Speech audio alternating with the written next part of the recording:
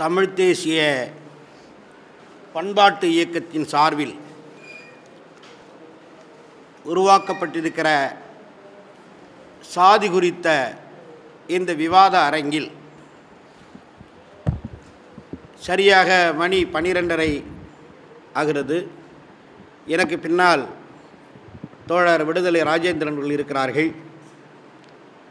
இந்த புரிதலோடு எந்த அளவுக்கு செறிவாக நிறைவாக சொல்ல முடியும் என்கிற ஐயப்பாட்டோடு இந்த அமர்வில் வாய்ப்பளித்த இயக்க தோழர்களுக்கு நன்றி கூறி, தேவையான செய்திகளை ஆய்வு மாணவர் காமராஜர் அவர்களும் பேராசிரியர் முத்துமோகன் அவர்களும் வரலாற்று போக்கில் சில பக்கங்களை எடுத்து சொல்லியிருக்கிறார்கள். என்னுடைய உரை சமகாலத்திலிருந்தும் பழங்காலத்திலிருந்தும் கலந்து வரும். இந்த உரையை தொடங்குவதற்கு முன்னால் தமிழ்நாடு என்பதை இன்றைக்கு இந்திய ஆட்சியாளர்கள் வரையறுத்து வைத்திருக்கிற எல்லைக்குள் நின்று தயவு செய்து என்னுடைய சிந்தனை போக்குகளை நீங்கள் பார்க்கக்கூடாது, முடியாது. இன்னொன்று, இந்திய பரப்பு முழுவதும் பரவியிருந்த மொழியும் இனமும் தமிழும் தமிழர்களுமே என்பதை மேதை அம்பேத்கர் சொன்ன வரலாற்று உண்மையையும் நாம் கவனத்தில் கொள்ள வேண்டும். இங்கே தமிழ் பண்பாடு என்பதே சாதிகளின் பண்பாடுதான் என்கிற ஒரு கட்டமைப்பு அல்லது புரிதல் நிலவிக் கொண்டிருக்கிற செய்தியையும் நாம் ஆழமாக விவாதத்துக்குள்ளாக்க வேண்டும். பண்பெனப்படுவது பாடறிந்து ஒழுகுதல் என்று பண்பாட்டுக்கு விளக்கம் சொல்லியிருக்கிறார் வள்ளுவர். பண்பெனப்படுவது பாடறிந்தது என்றால், இந்த பாடு என்பது பட்டபாடு, உழைத்த உழைப்பிலிருந்து கிடைத்த வாழ்க்கை செறிவுகள், தொகுக்கப்பட்ட வாழ்க்கை முறைகள் என்பதுதான் இங்கே பண்பாடு. பட்டபாடு என்ற பட்ட என்பது அந்த உழைப்பு, வியர்வை, உற்பத்தி, அதிலிருந்து கிடைக்கிற அனுபவங்களிலிருந்து தொகுக்கப்பட்டதுதான் வாழ்க்கை முறைதான் பண்பு, பண்பாடு. இந்த பண்பாட்டுக்கும் இந்த நாட்டின் நீண்ட நெடுங்காலமாக உழைக்கிற உழைப்பாளி வர்க்கத்துக்கும், உழைப்பாளர்கள் என்பவர்கள் இழிவானவர்கள், பிறவியிலேயே தாழ்வானவர்கள் என்கிற முத்திரையை குத்திய வர்க்கத்துக்கும், உழைப்பை சுரண்டியவர்கள், உழைப்பை உறிஞ்சியவர்கள் மேலானவர்கள் என்கிற பண்பாட்டுக்குமான போட்டி, அரசியல் முரண்பாடு, அதிகாரத்துக்கான முரண்பாடு தான் தமிழ் தேசியத்தின் பண்பாடாக நாம் புரிந்து கொள்ள வேண்டியதை தவிர ஒற்றை பண்பாடு அல்ல. அது சாதிய பண்பாடு மட்டுமல்ல. சாதியை, அதன் மென்னியை பிடித்து திருகிய பண்பாடும் தமிழ் பண்பாடு தான். நமக்கு 2 கரிகாலர்களுடைய வரலாறு தெரியும். இடைச்சங்க காலத்தினுடைய கடைசி ஆண்டுகளில் முசுகுந்த சோழன் முதலாக ஆரிய பிராமணர்களை இங்கே காவிரி கரையிலே குடியேற்றுகிறான். 2200 ஆண்டுகளுக்கு முன்னால், 2500 ஆண்டுகளுக்கு முன்னால் இங்கே ஐவகை திணைநிலை வாழ்க்கையை, திணைநிலை ஒழுக்கங்களை, களவு கற்பு என்கிற கருத்துக்கள் மலராத களவொழுக்க வாழ்க்கை, தலைவனும் தலைவியும் ஒத்த பருவத்தினர் இணைந்து வாழுகிற அந்த வாழ்க்கை முறை, நெய்தல், பாலை, குறிஞ்சி, முல்லை, மருதம் என்கிற திணைநிலை வாழ்க்கையில் வளர்ந்து கொண்டிருந்த இனக்குழு சமூகம் பல்வேறு வளர்ச்சி போராட்டங்களுக்கு மத்தியில் வேளாண்மை சமூகமாக உருவாகிற பொழுது உபரியை கொண்டு அரசுருவாக்கம் உருவாகிறது. அந்த அரசுருவாக்கம் என்பது இன்றைக்கு இருக்கிற பிரம்மாண்டமான இந்திய பேரரசு போலவோ 9ஆம் நூற்றாண்டில் நிலவிய ராஜராஜ சோழனுடைய பேரரசு போலவோ நாம் கற்பனை செய்து கொள்ள வேண்டிய அவசியம் இல்லை. மிகச் சிறிய அளவிலான அரசுருவாக்கம். அந்த அரசுருவாக்கத்தில் முசுகுந்த சோழனும் கரிகால் பெருவளத்தானும் ஆரிய புரோகிதர்களை பிராமணர்களை இங்கே தருவித்து குடியமர்த்துகிறார்கள். அவர்களுக்கு சிறப்புரிமை அளிக்கிறார்கள். உழைத்தவன் ஓட்டாண்டியானவன் இந்த மண்ணுக்கு சொந்தக்கார ஏனைய திணைநிலை மக்கள், அங்கிருக்கிற இனக்குழுக்கள், தொழில்படு குழுக்கள் இந்த வித்தியாசமான அரசுருவாக்கத்தை எதிர்த்து முசுகுந்த சோழனை எதிர்த்து களம் காணுகிறார்கள், போராடுகிறார்கள். ஆரிய பிராமணர்களுக்கு எதிராக தாக்குதல் தொடுக்கிறார்கள். முசுகுந்த சோழன் இங்கிருக்கிற அப்படி போராடியவர்களை தன்னுடைய ஒற்றர் படைகளை கொண்டு வேட்டையாடி அழித்தொழிக்கிறார். அன்று தொடங்கி ஆரிய பிராமணரை இங்கே தருவித்த மன்னர்களுக்கும் ஆரிய பிராமணியமும் ஒரு பக்கமாக நிற்கிறது. அதை எதிர்த்த தொழில்படு குலங்கள் நம்முடைய தமிழ் சமூகம், அது இந்தியா முழுக்கவும் பரவியிருந்த தமிழ் சமூகமா அல்லது இன்றைக்கு இருக்கிற விரிந்த விந்திய மலைக்கு தெற்கே இருக்கிற தமிழ் சமூகமா என்கிற எல்லைகளுக்குள் நாம் செல்ல வேண்டியதில்லை. நம்முடைய சாதிகளுடைய பெயர்கள் எல்லாம் ஒரு குறிப்பிட்ட பிராமண சாதியோ ஆரியர்களோ உருவாக்கிய பெயர்கள் அல்ல. உமணர், எயிட்டியர், எயினர், உபச்சர் போன்ற பல்வேறு கம்மாளர், குயவர் என்று சொல்லக்கூடிய பறையர், பல்லர் என்று சொல்லக்கூடிய நூற்றுக்கணக்கான ஆயிரக்கணக்கான சாதிகளுடைய பெயர்கள் எல்லாம் ஒரு குறிப்பிட்ட சாதி தன்னுடைய கற்பனையில் இருந்து உருவாக்கியவை அல்ல. கால வேறுபாடுகளிலும் திணைநிலை அடிப்படையிலும் ஆங்காங்கே உருவான தொழில்பாடுகள், தொழில் குலங்கள், இனக்குழுக்கள் தொழிற்குலங்களாக மாறுகிற பொழுது அந்த தொழிற்குலங்கள் தங்கள் ஒத்த தேர்ச்சி பெற்ற தொழில் குலங்களுக்குள்ளேயே திருமண உறவுகளை வடிவமைத்துக் கொள்ளுகிற பொழுது ஒவ்வொரு தொழிற்குலமும் கெட்டி தட்டிய தொழிற்குலங்களாக மாறுகிறது. அந்த கெட்டி தட்டிய தொழிற்குலங்கள் தான் பின்னர் அது சாதியாக வடிவெடுக்கிறது.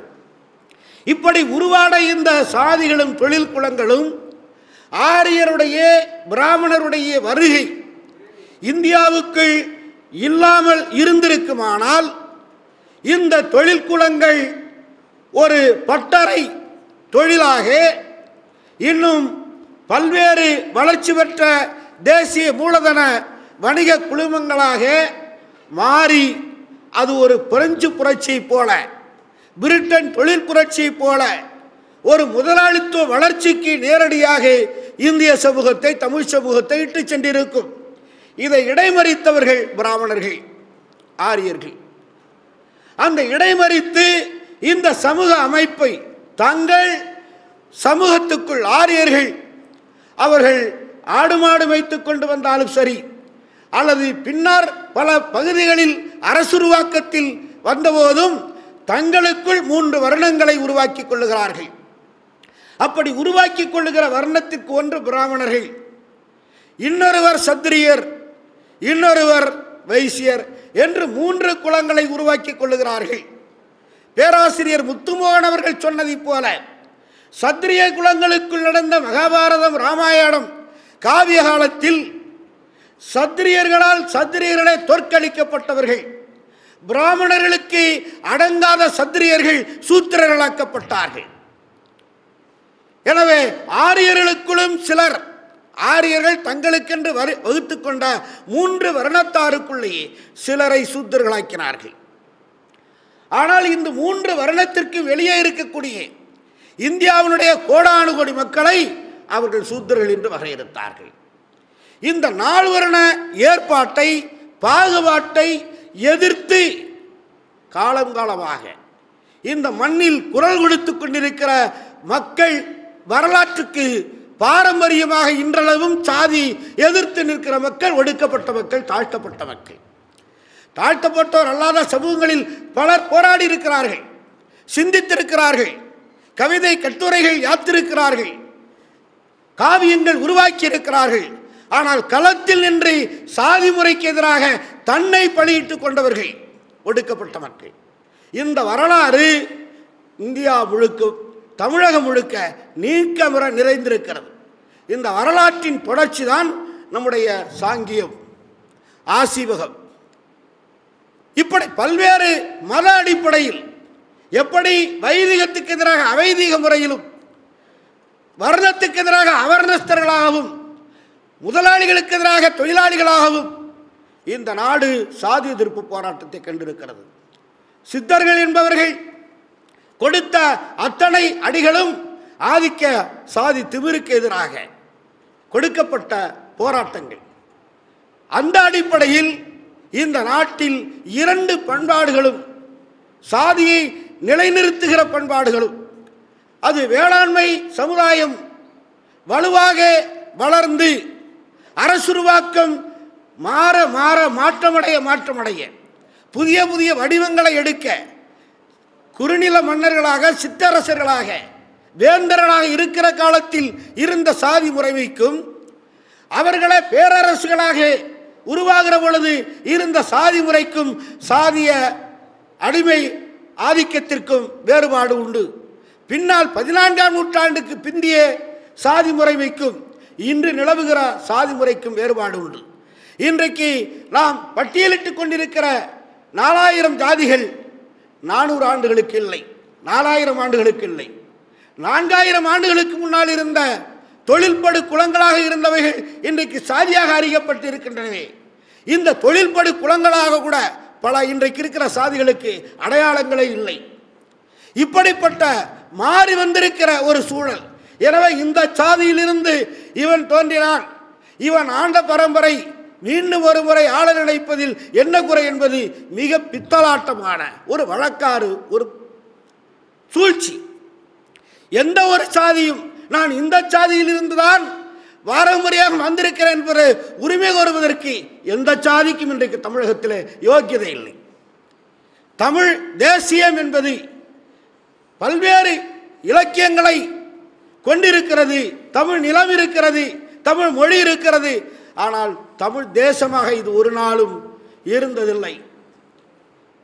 தமிழ்நாடு பல நாடுகளாக, கூட்டங்களாக இருந்திருக்கிறது.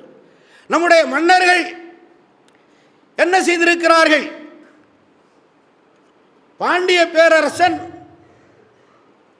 முதலாம் மாரவர்மன் சுந்தரபாண்டியன் திருப்பாச்சேத்தியில் இருந்து ஒரு அங்கு இருக்கக்கூடிய அந்த கிராமத்தினுடைய தமிழ் மக்களை, எந்த சாதி என்றில்லை, அங்கு மொத்த கிராமத்தில் இருக்கிற மக்களை வெளியேற்றிவிட்டு 300 பிராமண குடும்பங்களை இங்கே வெளியேற்றுகிறார். இந்த நிகழ்வை இன்றைக்கு சென்னை, கவின்மிகு சென்னைக்காக சென்னையிலிருந்து பல்லாயிரக்கணக்கான சேர் ஏழைகள் செம்மஞ்சேரிக்கும், துறைப்பாக்கத்துக்கும், கண்ணகிரேருக்கும் விரட்டப்பட்டு பன்னாட்டு கம்பெனிகளுடைய நலனுக்காக சென்னை தாரை வார்க்கப்பட்டு கொண்டிருக்கிற செய்தியோடு நாம் எவ்வளவு தூரம் முன்னேறி இருக்கிறோமா, பின்தங்கி இருக்கிறோமா, அப்படியே இருக்கிறோமா என்பதை சிந்தித்து பாருங்கள். விக்கிரவாண்டிக்கு அருகில் ராஜராஜ சோழன் 117 ஏக்கர் 17.25 ஏக்கர் 117.25 வேலி நிலத்தை வாங்குகிறான். 117.25 வேலியை நிலத்தை வாங்கி 108 பிராமணர்களை, ஒரு வேலி நிலத்துக்கு ஒரு பிராமணரை குடியேற்றுகிறான். இந்த 108 பிராமணர்களுக்கும் குற்றாவல் செய்வதற்காக, பணி செய்வதற்காக எஞ்சிய 9.25 வேலியை கம்மாளர், குயவர், ஆசாரி, பறையர் போன்ற அனைத்து சாதிகளுக்கும் 9.25 வேலியை கொடுக்கிறான். என்று சொன்னால் நம்முடைய சமூக அமைப்பு நீண்ட நெடுங்காலமாக ஒரு முதலாளித்துவ வடிவம் கொண்டிருந்தாலும் கூட அது என்ன மாதிரியாக இருக்கிறது? ஒடுக்கப்பட்ட சாதிகளை, அடிப்படை உழைக்கும் சாதிகளை ஆதிக்க சமூகங்கள், வெளியிலிருந்து வருகிறவர்களுக்கு குற்றங்கள் செய்கிற சமூகங்களாக ஆக்குவதிலே முனைப்பு காட்டியிருக்கிறது. இன்றைக்கு சிறப்பு பொருளாதார மண்டலங்களுக்காக 5000 ஏக்கர் நிலங்கள் ஒரு சிறப்பு பொருளாதார மண்டலத்திற்கு 2.5 லட்சம் ஏக்கர் நிலங்களை, அது எல்லா வகையான மெய்க்கால் புறம்போக்காக இருக்கலாம், தரிசு புறம்போக்காக இருக்கலாம், தனியார் பட்டா நிலங்களாக இருக்கலாம், ஒரே இரவில் அபகரித்து கொடுக்கிற தமிழக இந்திய அரசுகள் 30 லட்சம் பேர் 3 சென்ட் மனை கேட்டு குடிமனை கேட்டு மனு கொடுத்துக் கொண்டிருக்கிறார்கள். ஏறக்குறைய 30 லட்சம் பேர் தமிழகத்தில் குடியிருப்பு மனை கேட்டு 3 சென்ட் கேட்கிறார்கள். 3 சென்ட் கொடுப்பதற்கு நிலம் இல்லை என்று கைவிரிக்கிற இந்த ஆட்சியாளர்கள் 2.5 லட்சம் ஏக்கர் நிலங்களை எங்கிருந்தோ 5000 மைல்களுக்கு அப்பால் வருகிற சிறப்பு பொருளாதார மண்டல தொழிலதிபர்களுக்கு கொடுக்கிறார்கள். இப்படித்தான் அன்றைக்கு பிராமண மயமாக்கம். அதற்கு இங்கிருக்கக்கூடிய பேரரசர்கள், சிற்றரசர்கள், அத்துணை அரசர்களும் என்ன உளவியல் கேடு இவர்களுக்கு! சொந்த மக்களை அடிமைப்படுத்தி பிராமணர்களுக்கு தானம் செய்ய வேண்டிய தேவை என்ன? சத்திரியர் என்ற உளவியலாக்கம். இவன் எவனுமே சத்திரியன் இல்லை. தமிழகத்திலே மன்னர்கள் இருந்தார்கள், மந்திரிகள் இருந்தார்கள், அலுவலர்கள் இருந்தார்கள், ஆடவல்லார் இருந்தார்கள், பண்டாரகத்தார் இருந்தார்கள், விவசாயிகள், எல்லா சமுதாயங்களிலும் எல்லா ஆற்றல் மிக்கவர்களும் இருந்தார்கள். தமிழகத்தை தமிழ் மன்னர்கள் ஆட்சி செய்தார்கள். ஆனால் ஒரு தாழ்வு மனப்பான்மை. பிராமணன் கையால் ஆசி வாங்க வேண்டும், பிராமணனால் வாழ்த்தப்பட வேண்டும். நூற்றுக்கணக்கான சங்ககால புலவர்களால் பாடப்பட்ட தமிழ் மன்னர்கள் பிராமணர்களால் வாழ்த்தப்படுவதும், பிராமணனுடைய ஆசியோடும், பிராமணனை நன்றாக வளமாக வைத்திருந்தால்தான் தன்னுடைய ஆட்சி செழிக்கும் என்கிற அவர்களுடைய சுயநல திட்டத்தில் இவர்கள் பலியாகி தாழ்வு மனப்பான்மைக்கு ஆளானார்கள். அதனால்தான் தமிழ் மன்னர்கள் எல்லோரும் தங்களை சத்திரியர்கள் என்று சொல்லிக் கொள்வதற்காக அந்த பெருமிதத்தை, மன்னன் என்பதை விட, அரசன் என்பதை விட, அந்த சமஸ்கிருத சொல்லிலே இருக்கிற மயக்கம் இருக்கிறது. சத்திரியன், சத்திரியகுல வன்னியன், சத்திரியகுல வேளாளர் என்று சொல்லுகிற இன்றைக்கு வரக்கூடிய அந்த முழக்கங்கள் போல அன்றைக்கு இந்த மன்னர்கள் போலி பெருமைகளுக்கு தங்களை அடைத்துக் கொண்டார்கள். அண்மையிலே ஒரு செய்தி, அன்புமணி ராமதாஸ் அவர்கள் ஒரு பேட்டி அளிக்கிறார். சத்திரியனாக இருந்தால் மட்டும் பத்தாது, சாணக்கியனாகவும் இருக்க வேண்டும். சாணக்கிய நீதி என்பது முழுக்க முழுக்க சூழ்ச்சி. அதில் அறிவு மேதமை என்று ஒரு கிடையாது. ஆனால் இவர் சாணக்கியனாக இருக்கிறாரா, நேர்மையாக இருக்கிறாரா என்கிற பிரச்சனை அல்ல. சத்திரியனாக இருந்தால் மட்டும் பத்தாது, சாணக்கியனாக இருக்க வேண்டும் என்று பேட்டி கொடுக்கிற பொழுது இவருக்கு இந்த சத்திரியன் என்கிற உளவியல் பெருமை எங்கிருந்து வந்தது? தமிழகத்திலே இருக்கிற பிராமணர்களிலேயே உஞ்சை விருத்தி பார்ப்பனர்கள் என்று ஒரு பிராமண சமூகம் இருக்கிறது. அந்த சமூகத்தை அழைத்து வந்து ஒரு வன்னியரை, ஒரு நாடாரை, ஒரு தேவரை பார்த்து இவர்கள் யார் என்று கேட்டால் சூத்திரவாளி என்று சொல்லிவிடுவார். யாரும் இவர்களை வன்னியர், யாரும் சத்திரியர் என்று சொன்னதில்லை. சத்திரியர் என்று பிராமணர்களால் அங்கீகரிக்கப்படாத, பிராமணனுடைய வரையறைக்குள்ளே வராத மொத்த தமிழ் சமூகம் சூத்திரர்கள் என்று சொல்லப்படுகிற ஒரு சமூகத்தில் சத்திரியர்கள் எங்கிருந்து வந்தார்கள்? இப்படி போலி பெருமிதங்களை இன்றைக்கு கட்டமைத்துக் கொள்ளுகிற ஒரு சூழல் இன்றைக்கு சாதி அமைப்பில் வந்திருக்கிறது. இளவரசன் திவ்யா திருமணம், தாமினி சந்துரு காதல் போராட்டம், தமிழகத்திலே நடைபெற்று கொண்டிருக்கிற சாதி திமிர் கொலைகள், அது கௌரவ கொலைகள் என்று சொல்லுவதை தயவு செய்து நம்முடைய தோழர்கள் அதை வார்த்தையை நாம் மாற்றியமைத்துக் கொள்ளலாம். சாதி திமிர் கொலைகள், இப்படிப்பட்ட கொலைகளுடைய அரங்கேற்றம் என்றும் இல்லாத அளவிற்கு 2 ஆண்டுகளாக கூடுதலாகி கொண்டிருக்கிறது.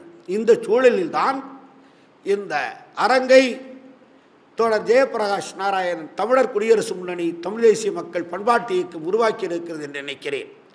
இந்த சூழல் ஏன் உருவாகி இருக்கிற தமிழகத்துக்கு நேர்ந்த கேடு என்ன? தமிழகத்தில் சாதி இருக்கிறது, சாதி ஆதிக்கத்துக்கு எதிரான போராட்டம் இருக்கிறது. இடஒதுக்கீடு மூலம் சமூகங்கள் ஓரிடத்தில் நகர்ந்திருக்கிறது. இடஒதுக்கீட்டுக்கு எதிரான சக்திகளை எதிர்த்து அனைவரும் ஒன்றிணைந்து குரல் கொடுத்திருக்கிறோம்.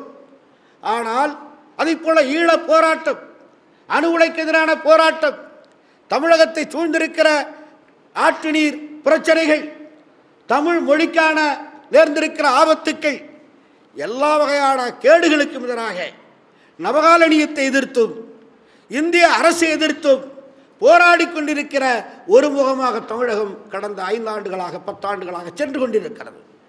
இப்படிப்பட்ட இந்த சூழலில் இடைச்செருகலாக இப்படி விவாத அரங்கு எப்படி தோன்றியது? தானாக சுயம்புவாக வந்ததா?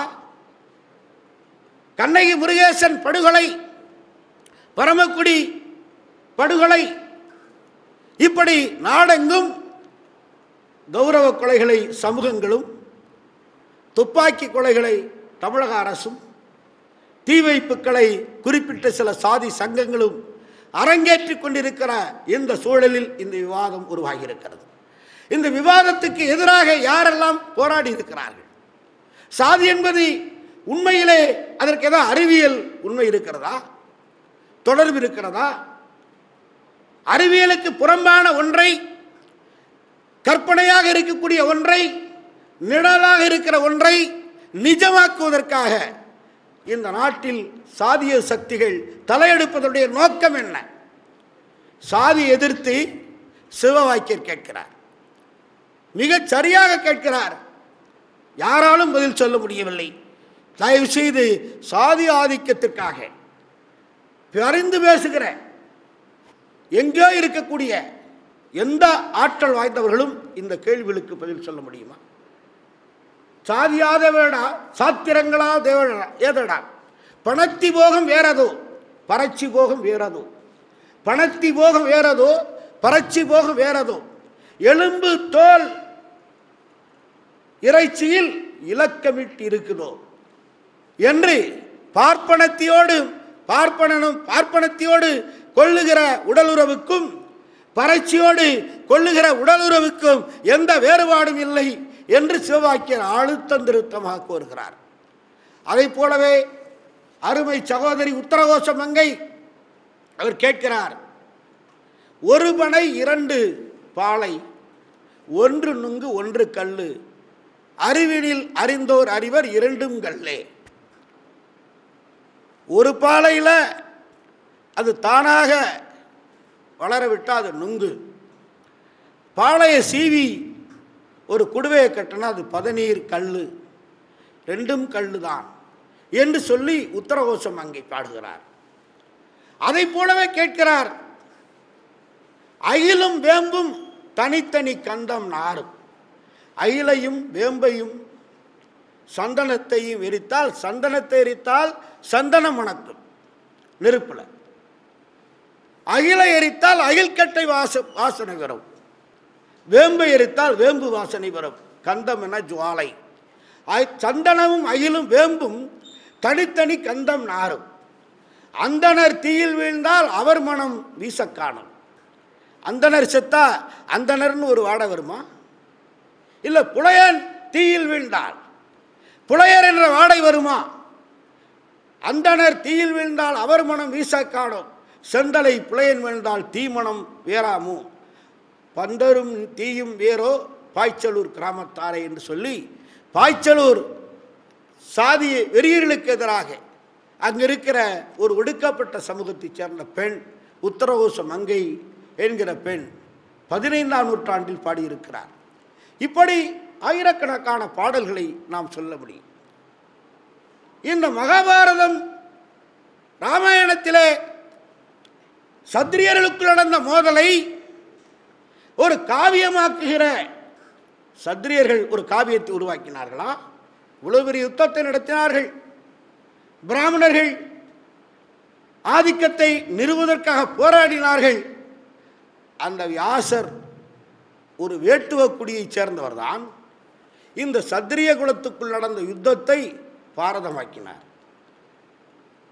வான்மீகி என்கிற ஒரு மீனவ குலத்தைச் சேர்ந்தவர் தான் ஒரிசாவை சேர்ந்தவர் இந்த நாட்டில் ராமாயணம் என்கிற ஒரு காவியத்தை உருவாக்கினார். எனவே ஒடுக்கப்பட்ட மக்கள், பிற்படுத்தப்பட்ட மக்கள், சூத்திரர்கள், தற்குறிகள், அறிவற்றவர்கள், சிந்தனையற்றவர்கள் என்கிற ஒரு கருத்து இன்றளவும் நாட்டிலே நிலவிக் கொண்டிருக்கிறதே. இது எவ்வளவு மோசமானது! ஏறக்குறைய சமஸ்கிருத மொழியாக்கத்திற்கு முன்னதாக தமிழிலே பல லட்சக்கணக்கான பக்கங்கள், கோடிக்கணக்கான பக்கங்கள், இலக்கிய இலக்கண காவியங்கள் உருவாகி இருக்கிறது. அகப்பொருள், புறப்பொருள் பாடல்கள் இருக்கின்றன.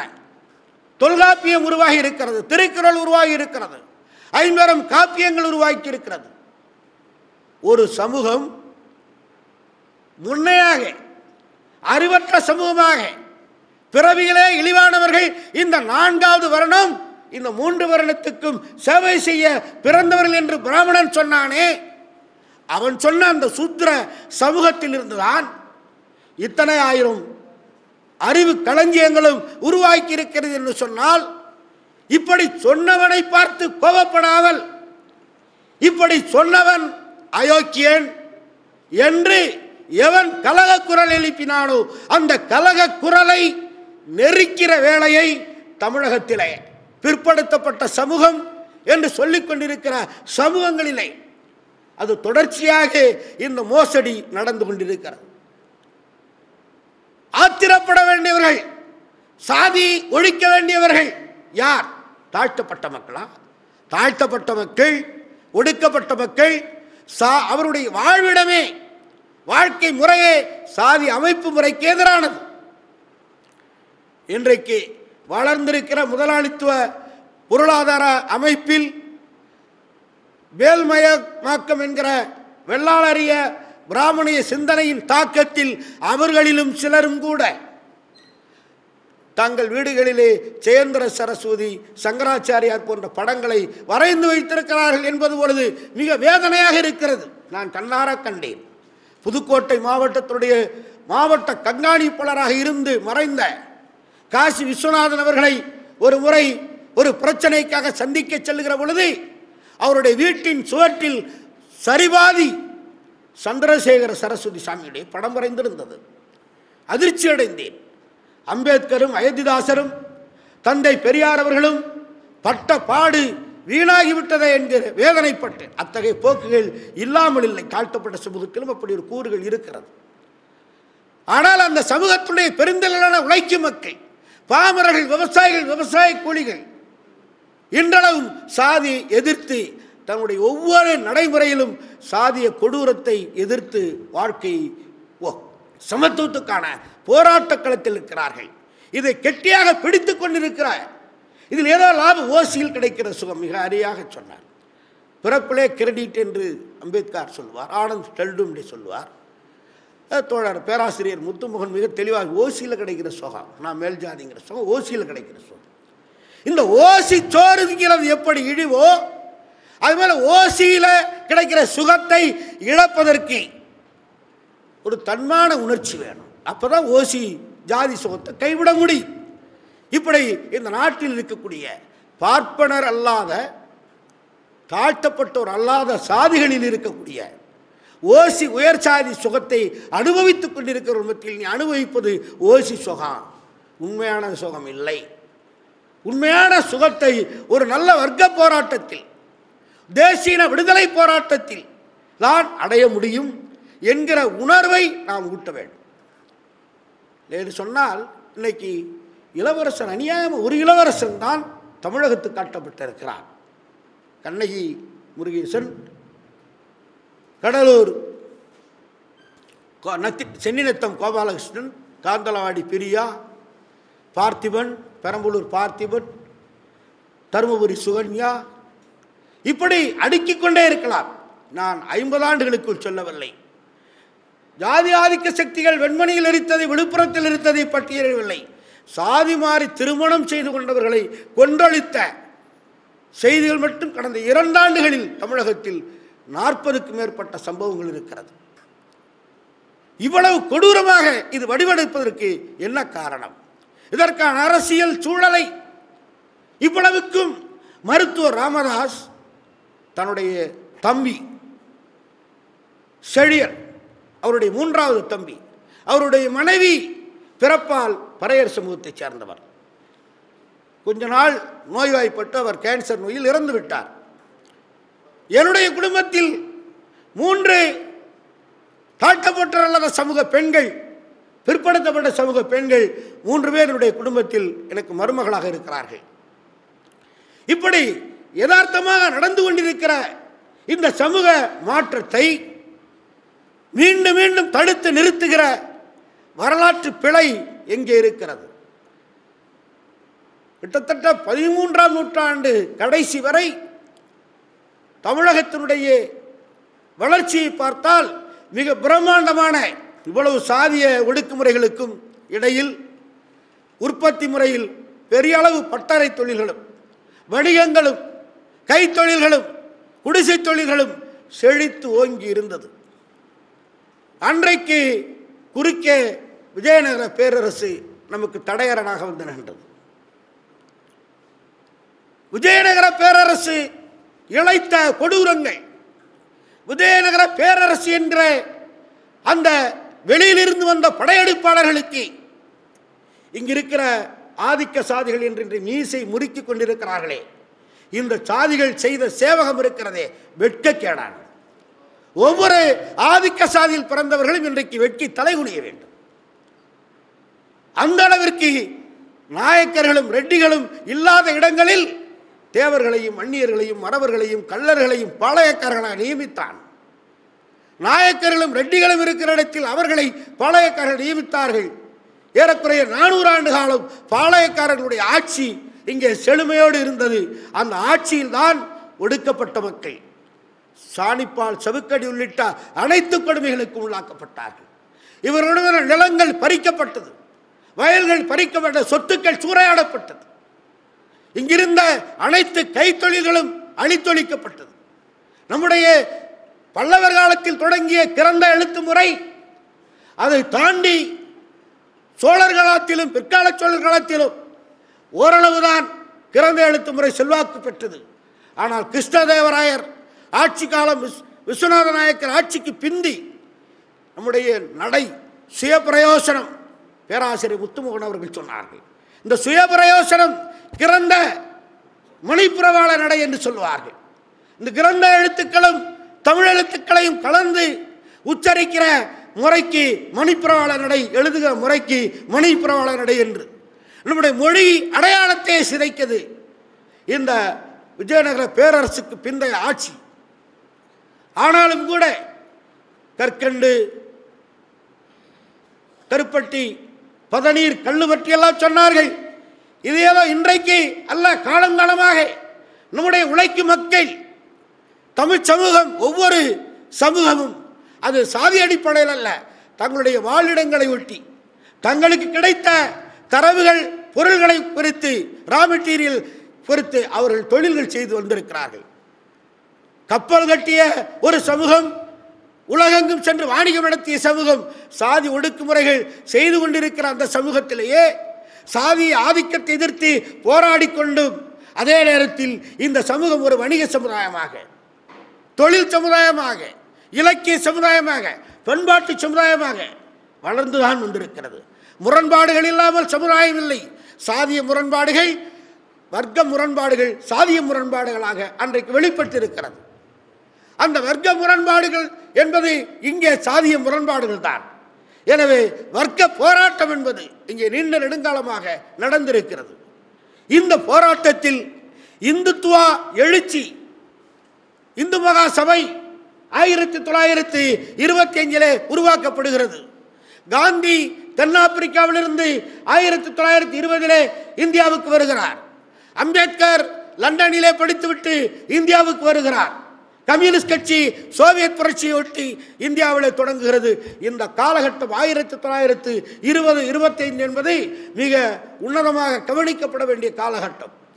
இந்த காலகட்டத்தில் தான் ஒரு பக்கம் தேசிய விடுதலைக்காக காங்கிரஸ் கட்சியும் கம்யூனிஸ்டுகளும் போராடி கொண்டிருக்கிற நேரத்தில் அந்த தேசிய விடுதலை போராட்டத்தில் பாடுபட்டவர்கள், போராடியவர்கள், அவர்கள் எத்தகைய சிந்தனை ஓட்டம் கொண்டிருந்தாலும் கூட இந்த நாட்டில் பிறவியின் பேரால் ஒடுக்கப்பட்ட மக்கள் தங்களுக்கான உரிமைகளை கோரினார்கள். இந்த முரண்பாடு முற்றுகிற பொழுது இந்து மகாசபையை ஒரு பைபாஸ் துணையாக இங்கு இருக்கக்கூடிய இந்துத்துவ பிராமண சக்திகள் உருவாக்கினார்கள். அது RSS ஆக இன்றைக்கு வளர்ந்து பிஜேபியாக வடிவெடுத்திருக்கிறது, ஜனசங்கமாக இருந்து. இப்படிப்பட்ட இந்த ஜனசங்கத்தினுடைய குரு கோல்வால்கர் சொல்லுகிறான், அந்த RSS உருவாக்கி இந்த பஞ்சாப் தாஸ் இந்துக்களின் சிந்தனை 5 சிந்தனை தொகுப்புகள், சிந்தனை கொத்துக்கள் என்கிற பெயரிலே ஒரு நூல் எழுதுகிறான். அதில் Who are the enemies of Hindus? பிராமணன் கோல்வால்கர் சொல்லுகிறான், Who are the enemies of Hindus? இந்துக்களின் எதிரிகள் யார் என்று கேட்கிற பொழுது அவன் வன்னியரை சொல்லலை, தேவரை சொல்லலை, பிள்ளைமாரை சொல்லலை, நாட்டுக்கோட்டை செட்டியாரை சொல்லலை. இந்துக்களின் எதிரிகள் யார் என்று சொன்னால் அவர்னஸ். எதிரி மிக தெளிவாக இந்தியாவில் இருக்கிறான்.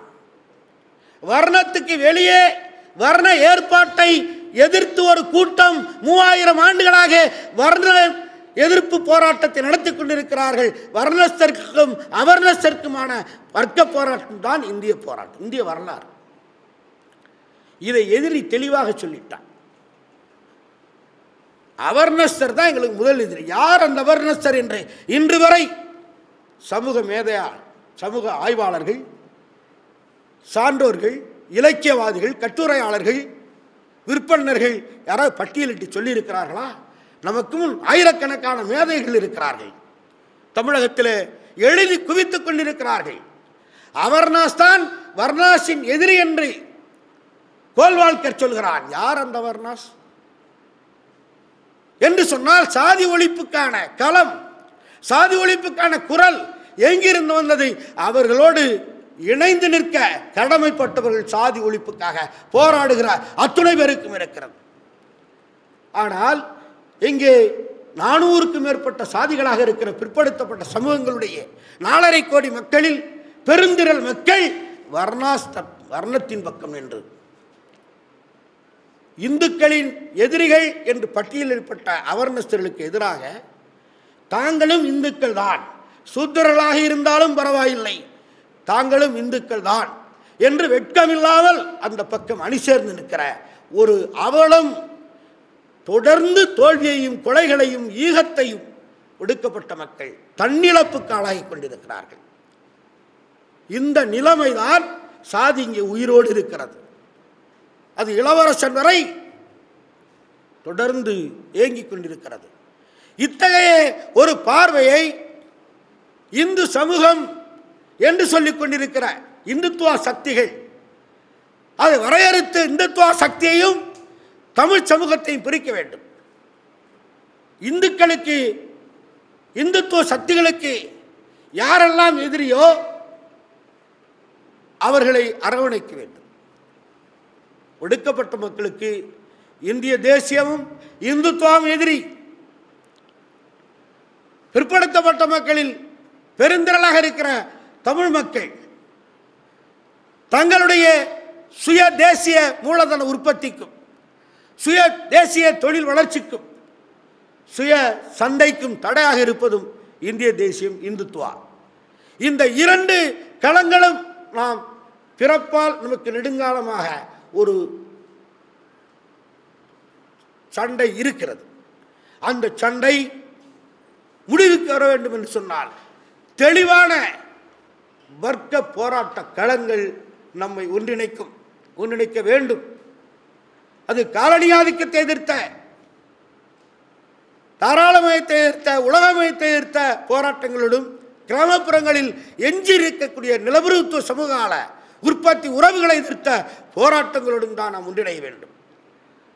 அந்த போராட்டம் அரும்பிவிடக்கூடாது, அந்த போராட்டம் மலர்ந்துவிடக்கூடாது, அந்த அணி சேர்க்கை நடந்துவிடக்கூடாது என்பதில் இன்றைக்கு தெளிவாக கார்ப்பரேட் கம்பெனிகள், முதலாளிகள், இந்திய முதலாளிகள் மட்டுமல்ல, பன்னாட்டு முதலாளிகள், இந்தியாவினுடைய ராஜ விசுவாசமிக்க உளவு பிரிவு அமைப்புகள் திட்டமிட்டு இன்றைக்கு மருத்துவர் ராமதாஸ் போன்றவர்களை களம் இறக்கி இருக்கிறார்கள். ஏதோ நாடாளுமன்றத்திலே 4 சீட்டுகள் பெறுவதற்காக மட்டும் இந்த சண்டை இல்லை. இந்த சண்டை இல்லாமலே அவர் நாடாளுமன்ற உறுப்பினராக இருக்கிறார். அந்த கட்சி சட்டமன்ற உறுப்பினர்களாக இருக்கிறார்கள். 85 வரை தமிழரசன் சிதம்பரம் தொடங்கி தருமபுரி வரை மூண்டெழுந்திருந்த நக்சல்வாரி அரசியல் புரட்சியின் அனுபவத்தை தொகுத்து தமிழ் தேச விடுதலையை முன்வைத்தார். சாதி ஒழிப்புக்காக ஒரு தத்துவத்தை, ஒரு தீர்வை உருவாக்கினார். தான் இருக்கிற வரை தன்னுடைய பகுதியில் வன்னியர் சங்கத்தை காலூன்ற தடுத்து நிறுத்தினார். காலூன்ற விடவில்லை. அவருக்கு பிறகு ஈழ போராட்டம், அவர் காலத்தில் இருந்து தொடங்கி ஈழ போராட்டம் மிக பாரிய அளவில் தமிழகத்திலே செல்வாக்கு செலுத்தியது. அன்றைக்கு வந்த இளைஞர்கள் ஈழ விடுதலை போராட்டத்தால் தேசிய விடுதலை போராட்டத்திற்கு ஈர்க்கப்பட்டார்கள். 1990களில் மேதை அம்பேத்கருடைய நூற்றாண்டு விழாவையொட்டி சிதறி கிடந்த ஒடுக்கப்பட்ட மக்கள் ஒன்றிணைந்து கூட்டு நடவடிக்கைகளிலே சாதிக்கு எதிராக போராடினார்கள். இந்த 2 சூழல்களை ஒடுக்கப்பட்ட மக்கள் தங்கள் மீது சுமத்தப்பட்ட இழிவுக்கு எதிராக அணிதிரண்டதையும், தமிழீழ விடுதலை போராட்டத்தால் ஆகர்ஷிக்கப்பட்ட தாழ்த்தப்பட்ட பிற்படுத்தப்பட்ட சமூகத்தில் இருந்த இளைஞர்களின், இன்னும் சொல்லப்போனால் நக்சல்வாரி அரசியலால் ஈர்க்கப்பட்டிருந்த இளைஞர்கள் பலரும் ஒன்றிணைந்து களமாடுகிற ஒரு சூழல் 86, 87களிலே தொடங்கிவிட்டது தமிழகத்திலே. அந்த சூழலை சீர்குலைப்பதற்காக இந்திய அரசு உருவாக்கிய தலைவர் தான் மருத்துவர் ராமதாஸ். அந்த தலைவர் இன்றைக்கு மீண்டும் ஏகாதிபத்திய நிறுவனங்களுக்கு சேவை செய்து தொடர்ந்து மூண்டலும் ஒடுக்கப்பட்ட உழைக்கும் மக்களுடைய அரசியல் அணி சேர்க்கையை, தமிழ் தேசிய அரசியல் அணி சேர்க்கையை தடுத்து நிறுத்துவதற்காக முனைப்பாக இன்றைக்கு கண்காணி வேலை செய்து கொண்டிருக்கிறார்கள். அதுதான் தருமபுரி, பாச்சாரப்பட்டி, மரக்காணமே தவிர ஏற்கனவே நடந்த போராட்டங்கள் வேறு. உஞ்சனை, முதுகுளத்தூர், அது அப்பட்டமாக அங்கே இருக்கிற நிலவுருத்துவ சிந்தனையின் வெளிப்பாடாக உற்பத்தி ஆதிக்க சக்திகள் நேரடியாக திட்டமிட்டு எடுத்த அடக்குமுறைகள். அது அரசுகளால் சிலர் ஒடுக்கப்பட்டது, சிலர் தண்டிக்கப்பட்டது. ஆனால் எல்லாம் தெரியும். எல்லாம் தெரிந்தவர் மருத்துவர் ராமதாஸ். அவருக்கு தெரியாத அரசியல் இல்லை. தெரிந்தே தவறு செய்கிறார். மார்க்ஸ் படத்தை போட்டிருக்கிறார், அம்பேத்கர் படத்தை போட்டிருக்கிறார், பெரியார் படத்தை போட்டிருக்கிறார். தெரிந்தே இந்த நேரம் தமிழகம் 10-100 அடி முன்னேறி பாய்ச்சலுக்கு சென்று கொண்டிருக்கிற நேரத்தை 10 நூற்றாண்டுகளுக்கு பின்னே இழுக்கிற முயற்சி, இதற்கு பின்னால் இருக்கிற அரசியலை புறங்காணாமல் எதிர்கொள்ளாமல் நாம் சாதியத்தை, சாதி ஒழிப்பு அரசியலை முன்னோக்கி கொண்டு விட முடியாது. எனவே ஒரு பக்கம் இன்றைக்கு இஸ்லாமியர்கள் அச்சுறுத்தப்படுகிறார்கள். சென்னையிலே வீடு கிடைக்கவில்லை, தாழ்த்தப்பட்டவர்களுக்கு டி நகரிலே, மயிலாப்பூரிலே வீடு கொடுக்கவில்லை என்று ஒரு காலத்திலே புலம்பியதைப் போல இன்றைக்கு இஸ்லாமியர்களுக்கு சாதி ஆதிக்க பிற்படுத்தப்பட்ட சமூகத்தில் இருக்கிற சாதி சங்கங்கள், அனைத்து சாதி கூட்டியக்கத்தின் பெயரால் தலித்துகள் அச்சுறுத்தலுக்குள்ளாக்கப்படுகிறார்கள். ஆடிட்டர் ரமேஷ் போன்ற சில கொலைகளை காட்டி இஸ்லாமியர்கள் அச்சுறுத்தப்படுகிறார்கள். ஒரு பக்கம் இஸ்லாமியர்களை மொத்த சமூகத்திலிருந்து தனிமைப்படுத்துவது, இன்னொரு பக்கம் தாழ்த்தப்பட்டவர்களை மொத்த சமூகத்திலே தனிமைப்படுத்துவது. இதுதான் சாதி அரசியல். யாருக்கான அரசியல்? இதை இந்திய ஆட்சியாளருடைய மொழியிலே அவர்கள் சொல்லுகிறார்கள், ஏன் கடற்கரையில் இருந்து மீனவர்களை வெளியேற்றீர்கள் என்று சொன்னால் வளர்ச்சிக்கான அரசியல். காடுகளில் இருந்து பழங்குடி மக்களை ஏன் வெளியேற்றுகிறீர்கள்? ஏன் எங்களுடைய வளங்களை எல்லாம் பன்னாட்டுக்கு மேலே தாரை வார்க்கிறீர்கள் என்று பழங்குடி மக்கள் கிளர்ச்சி செய்தால் அது எங்கள் வளர்ச்சிக்கான அரசியல். நகர்ப்புறங்களில் இருக்கிற சேரிகளை வெளியேற்றி துறைப்பாக்கத்தில் கண்ணகி நீரில் ஏன் குடியேற்றுகள் என்று சொன்னால் வளர்ச்சிக்கான அரசியல். சமவெளி பகுதிகளிலே விவசாயிகளுடைய நிலங்களை பறித்து விவசாயிகளுடைய நிலங்களுக்கு நீராதாரங்களை கொடுக்கிற ஏரிகளை குளங்களை அழித்து பன்னாட்டு கம்பெனிகளுக்கு கொடுக்கிறீர்களே, சுயநிதி கல்லூரி முதலாளிகளுக்கு தாரை வார்க்கிறீர்கள் என்று சொன்னால் வளர்ச்சி என்று சொல்கிறார்கள். அன்பார்ந்த தோழர்களே, ஒரு நாட்டின் வளர்ச்சி சமூகவியலில் முஸ்லிம்கள் தனிமைப்படுத்தப்படுகிறார்கள், சாதி அரசியலில் தலித்துகள் தனிமைப்படுத்தப்படுகிறார்கள். இந்திய அரசியல் என்ன சொல்லுகிறது? காடுகளில் இருந்து பழங்குடி மக்கள் வெளியேற வேண்டும், கடற்கரையில் இருந்து மீனவர்கள் வெளியேற்றப்பட வேண்டும், நகர்ப்புறங்களில் இருந்து சேரிகளை புறப்படுத்த வேண்டும், சமவெளிகளில் இருந்து விவசாயிகள் வெளியேற்றப்பட வேண்டும். வேறு யாருக்கடா இந்த வளர்ச்சி? இப்படி ஒரு நாளாவது எந்த சாதி சங்கமாவது ஒரு கேள்வி இந்த ஆட்சியாளர்களுக்கு எதிராக கேட்டிருப்பார்களா? தேர்வாய் என்று ஒரு பெரிய காடு, 2000 ஏக்கர், 2000 ஏக்கர் காட்டில் அங்கிருக்கிற வன்னிய பிற்படுத்தப்பட்ட நாயக்கர் சமூக மக்கள் ஆயிரக்கணக்கான குடும்பங்களுடைய வாழ்வாதாரமாக தேர்வாய்க்காடு திருவள்ளூரில் விளங்கியது. அந்த காட்டை பறித்து பிரெஞ்சு நாட்டில் இருக்கக்கூடிய மிச்சிலேன் கம்பெனிக்கு கொடுத்திருக்கிறார்கள் தமிழக ஆட்சியாளர்கள். ஏதோ குதிரை கீழேயும் தள்ளி குழியை பறித்தது என்று ஒரு பழமொழி சொல்வார்கள். அந்த தேர்வாய்க்காட்டை மிச்சிலேன் கம்பெனிக்கு கொடுத்ததற்கு அவன் ரப்பர் டயர் ஃபேக்டரி செய்கிறான். டயர் கம்பெனி உலகத்திலே 2வது பெரிய டயர் கம்பெனி. இது முதல் டயர் கம்பெனி பிரெஞ்சு நாட்டில் இருக்கு. இந்த டயர் கம்பெனிக்காக சிறுவாடா போன்ற பல்வேறு சுற்று வட்டார கிராமங்களில் இருக்கக்கூடிய விவசாயிகளுடைய நிலங்களையும் அந்த விவசாயிகளுக்கு நிலங்களுக்கு பாய்ச்சல் ஆதாரமாக இருந்த ஏரிகளையும் சேர்த்து ஒரு 1000 ஏக்கரில் ஒரு பெரிய ஏரியை உருவாக்கி தெலுங்கு கங்கை திட்டத்திலிருந்து வரக்கூடிய தண்ணீரை புடலுக்கும் செம்பரம்பாக்கத்துக்கும் போக வேண்டிய தண்ணீரை அந்த மிச்சிலேன் கம்பெனிக்கு டயர் கம்பெனிக்கு அளிப்பதற்காக ஒரு ஏரியையே தமிழக அரசு இந்திய அரசின் ஆசையோடு செய்து கொண்டிருக்கிறது. ஆக அங்கே ஆயிரக்கணக்கான பறையர்களும் அந்நியர்களும் தங்கள் வாழ்க்கை இழந்து அந்த இங்கே வரக்கூடிய கழிவுகள் தின்று 100 மாடுகள் ஒரு வாரத்துக்குள் இறந்திருக்கிறது. இப்படிப்பட்ட அவலங்களை எதிர்த்து எந்த சாதி சங்கமும் பேசவில்லை, எந்த அரசியல் கட்சியும் பேசவில்லை. இதற்கு மத்தியில் அங்கே இன்னொரு சம்பவம் நடந்திருக்கிறது. தேர்வாய் கண்டிகையில் கனிமொழியும் சரத்குமாரும் சேர்ந்து, சரத்குமார்னா சமத்துவ மக்கள் கட்சி இல்லை, G2 கூட்டாளி, கனிமொழியும் சரத்குமார் சேர்ந்து ஒரு ஒரு ஒயின் ஷாப் தொடங்கியிருக்காங்க, உற்பத்தி தொழிற்சாலை. அதுக்கு நான் வீர் தொழிற்சாலை. அந்த வீர் தொழிற்சாலை எதுக்குடா அங்கே வைக்கிறேன்னா இந்த பன்னாட்டு கம்பெனிக்காரன் குடிக்கிறது. ஆக இதை கொடுத்து அனுமதி கொடுத்தது நம்முடைய தமிழக முதல்வர். இடையில ஜெயலலிதாவுக்கு கருணாநிதி சண்டை உள்ளது நடக்குது. கருணாநிதி ஆட்சியில் அதிகமாக வீர் கொள்முதல் பண்ணது மிடாஸ் தொழிற்சாலையில். ஆக இந்த கட்சி சார்ந்து நிற்கிற தமிழர்கள், சாதி சார்ந்து நிற்கிற தமிழர்கள் அல்லது சாதி சங்கங்கள் ஏதாவது குறைந்தபட்ச அறிவு நாணயம், இந்த சமூகத்தில் என்ன நடக்கிறது என்று சீர்தூக்கி பார்க்கிற யோகிதை இல்லை. அப்படி யோகிதை இருந்தும் அதை செய்யவில்லை என்று சொன்னால் அவர்கள்தான் சமூக கேடர்கள். அவர்களை தனிமைப்படுத்த வேண்டும். அது எந்த சாதியாக இருந்தாலும் சரி, அது எந்த கட்சியாக இருந்தாலும் சரி. அப்படி ஒரு ஒன்றிணைவு. இது என்ன தமிழ்நாட்டில் மட்டும்தான் தமிழ் தேசியத்துக்கு மட்டும் இந்த கேடா? காஷ்மீர் தேசியத்துக்கு இந்த கேடு, நாகாலாந்துக்கு இது, தெலுங்கானா, இந்தியாவுடைய எல்லா தேசிய இனங்களும், எல்லா தேசிய இனங்களிலும் இருக்கக்கூடிய உழைக்கும் மக்களும், எல்லா தேசிய இனங்களிலும் இருக்கிற சிறுவீத உற்பத்தியாளர்களும் சாதி சங்கம் வச்சிருக்கிற வன்னியர் சங்கத்தை, தேவர் சாதி சங்கத்தை, நாடார் சங்கத்தை, உடையார் சங்கத்தை நான் கேட்குறேன்.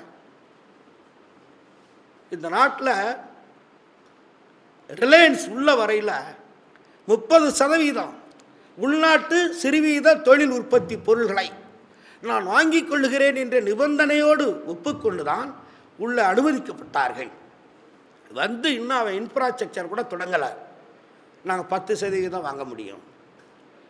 30% உள்நாட்டு உற்பத்தி பொருளை நான் வாங்கி தமிழக மக்களிடம் இந்திய மக்களிடம் விற்பேன் என்று சொன்ன பொழுது 70% உற்பத்தி பொருள் ஏநாட்டு பொருள்னு அர்த்தம், பன்னாட்டு பொருள்னு அர்த்தம். இப்போ அதுலேயும் 20% குறைச்சி 10% தான் என்று சொல்லி அவன் பின்வாங்குகிறான். அதற்கு இவர்கள் பல்லை காட்டிக்கொண்டு தேர்தல் நிதி வாங்கி கொண்டு அனுமதித்துக் கொண்டிருக்கிறார்கள். தமிழ்நாட்டு இளைஞர்களுக்கு இப்படியெல்லாம் கோபம் வராதா? இந்த ஓசி சாதி சுகம்தான் வருமா? நல்ல ஒரு சொல்ல காயின் பண்ணிட்டார் பேராசிரியர். எனக்கு ரொம்ப மகிழ்ச்சி, எப்பவுமே அதை நான் பயன்படுத்துகிற மாதிரி. ஓசி சாதி, சாதி சுகம் ஓசியில் கிடைச்ச சுகம். இப்படிப்பட்ட இழிநிலைகளில் இருந்து என்ன இப்போ நடந்து போயிடுச்சு. ஒரு பையன் திவ்யாவை கல்யாணம் பண்ணதாக கொல்லப்படுறான். இன்னொரு ஊரில் யாரெல்லாம் அந்நிய இளைஞர்கள் தலித்து பொண்ணை கல்யாணம் பண்ணிக்கிறான் கணக்கெடுப்பு வன்னியர் சங்கம் நடத்தி கிருஷ்ணகிரி பக்கத்தில் ஒரு பையன் தலித்து பொண்ணை கல்யாணம் பண்ணியிருக்கான். அவனை ஊருக்குள்ள தெரியாமல் இருக்கையில் 10,000 ரூபா வரி வாங்கியிருக்காங்க. தெரிஞ்ச உடனே கோயில் வரியை திருப்பி கொடுத்துட்டான். எப்படி எங்கள் வரியை கொடுத்தா என் கோயில் நான் போராட நீ சாதி மாதிரி கல்யாணம் பண்ணியிருக்க, ஊரை விட்டு ஒதுக்கி வச்சிருக்கணும் சொல்லி அவன் இப்போ கலெக்டர்கிட்ட வந்து நிற்கிறான். அந்த பையனை என்னை கொண்டு போகிறாங்களா தெரியல. இப்படி ஒரு கணக்கெடுப்பு, ஆதார் அட்டைக்கு கணக்கெடுத்து கேள்விப்பட்டிருக்கோம், வாக்காளர் அட்டைக்கு கணக்கெடுத்து கேள்விப்பட்டிருக்கிறோம், மக்கள் தொகை கணக்கெடுத்து கேள்விப்பட்டிருக்கிறோம். ஆனால் எந்த ஊரில் எந்த சாதி இளைஞன் எந்த சாதி பொண்ணை திருமணம் பண்ணியிருக்கிறான்னு வன்னியர் சங்கம் கணக்கெடுக்கிற அளவுக்கு தமிழகம் தாழ்ந்து போய்விட்டது. இதைத்தான் நினைத்து தாழ்ந்த தமிழகமே என்று நம்முடைய பாவேந்தர் பாரதிதாசன் போன்றவர்கள் கேட்டிருப்பார்கள் என்று நினைக்கிறேன். அந்த அளவுக்கு தாழ்ந்து வீழ்ந்து கிடக்கிறது தமிழகம். எனவே இது ஒரு அவமானகரமான சூழல், ஒடுக்குமுறையான சூழல். மிக கேவலமான இந்த சூழலில் மீண்டெழுவதற்கு நாம் அனைவரும் ஒன்றிணைந்து போராட நம்முடைய பணி மிக குறைவாக இருக்கிறது, நம்முடைய களங்கள் மிக குறைவாக இருக்கிறது. விரிந்த தளத்திலே தாழ்த்தப்பட்டோர் மத்தியில் எழுந்திருக்கக்கூடிய அந்த வரலாற்று ரீதியாக சாதி எதிர்ப்பில் அவர்கள் கையடை செய்திருக்கிற ஒப்படை செய்திருக்கிற அந்த மரபை அனைத்து சமூகங்களுக்கும் கொண்டு சென்று தமிழ் சமூகத்தை ஒரு தேசிய சமூகமாக, தேசிய விடுதலை என்பது, தேசிய இனம் என்பது, தேசிய கருத்தாக்கம் என்பது முதலாளித்துவ சமூகம் உருவாக்கிய ஒரு வாழ்க்கை முறை. ஏற்கனவே தமிழர்களாக நாம் இருக்கிறோம் என்பது வேறு, தமிழ் மொழியை தாய்மொழியாக கொண்டிருக்கிறோம் என்பது வேறு. ஆனால் வரலாற்றில் நாம் சேரராகவும் சோழராகவும் பாண்டியராகவும் பல்லவர்களாகவும் அல்லது பல்வேறு இனந்தெரியாத குமாரகம்பண்ணன் ஒருவன் கூட இங்கே ஆட்சி செய்திருக்கிறான், ஓய்சலர்கள் ஆண்டிருக்கிறார்கள். இப்படி தமிழ் நிலப்பரப்பிலே இங்கே வேளிர்குடி என்று சொல்லக்கூடிய வெள்ளாள அரசுருவாக்கத்தை, வேந்த அரசுருவாக்கத்தை, அது பார்ப்பனியத்துக்கு செய்த சேவையை எதிர்த்து இந்த 3 நிலங்கள் நெய்தல், பாலை, குறிஞ்சி, முல்லை போன்ற நிலங்களில் இருந்த தொல்குடி மக்கள், தொல்லின சமூக தொழில் குலங்கள் கலகம் செய்து அந்த மரபு ரீதியான அரசுருவாக்கத்தை தகர்த்தெறிந்து விட்டு தாங்களே அரசர்களாக மாறி ஆட்சி இருக்கிறார்கள். அவர்கள் கலப்பிறர்கள். ஆனால் அவர்களை எல்லா வரலாற்று ஆசிரியர் எழுதுகிறாங்க. அவங்க அந்நிய நாட்டிலிருந்து வந்து, எப்படி ஒரு அந்நிய நாட்டிலிருந்து இங்கே வந்து அவ்வளவு பெரிய இந்த நாட்டில் இன்றைக்கு யாரெல்லாம் அப்படி பார்த்தால் எல்லோரும் அந்நியர்கள் தான். பிற்கால சோழர்களில் முதலாம் குலோத்துங்கன் அவனுடைய தந்தைக்கு ஆண் வாரிசு இல்லை. அவனுடைய தாயை தெலுங்கு சோழகருக்கு கொடுத்து அவன் மூலமாக பிறந்தவனுக்கு சோழன் என்று பட்டம் சுட்டி முதலாம் குலோத்துங்க சோழன் வருகிறான். எனவே எந்த மன்னர்கள் எந்த நாட்டில் திருமணம் செய்து கொண்டு இங்கே இருக்கிற சாதாரண ஆளுகிட்ட திருமணம் பண்ணி கொடுத்தான்? மன்னர்கள். அடுத்த மொழியாக இருந்தாலும் பரவாயில்ல, அடுத்த தேசமாக இருந்தாலும் சரி. ஆனால் கலப்பு என்பது, கலப்பினம் என்பது இங்கே நீண்ட காலமாக நடந்து கொண்டிருக்கிறது. எனவே இன்றைக்கு ஏதோ இருக்கக்கூடிய ஒரு மயக்கத்தில் இது என் சாதி, தூய்மையான சாதி என்று ஒரு பேர் உருவை கொடுத்து நம்மை நாமே ஏமாற்றிக் கொள்ளாமல் நாம் தமிழர்கள், தமிழ்நாட்டு மக்கள், தமிழ் தேச குடிமக்கள், நம்முடைய தேசம் இந்திய துணைக்கண்டத்தின் இந்திய பேராய கட்சியின் கீழ், இந்திய ஆட்சி அமைப்பின் கீழ் ஒரு ஒடுக்கப்பட்ட தேசம். நம்மை போலவே பல்வேறு தேசிய இனங்கள் ஒடுக்கப்பட்டு கிடக்கிறது. தேசிய இனங்களுடைய ஒடுக்குமுறைக்கு எதிரி இந்திய அரசு பார்ப்பனியம். தாழ்த்தப்பட்ட மக்களுக்கு எதிரி, சாதி முறைக்கு எதிரி இந்துத்துவம், இந்திய அரசு. இந்த புரிதல் வந்தால் நாம் அடைய வேண்டிய தூரம் மிக அண்மையில் வெற்றிக்கனியை பறித்துவிட முடியும். அதற்காக நாம் கொடுக்க வேண்டிய விலை மிக அதிகம் என்று சொல்லிக்கொண்டு வாய்ப்புக்கு நன்றி கூறி விடைபெறுகிறேன். வணக்கம்.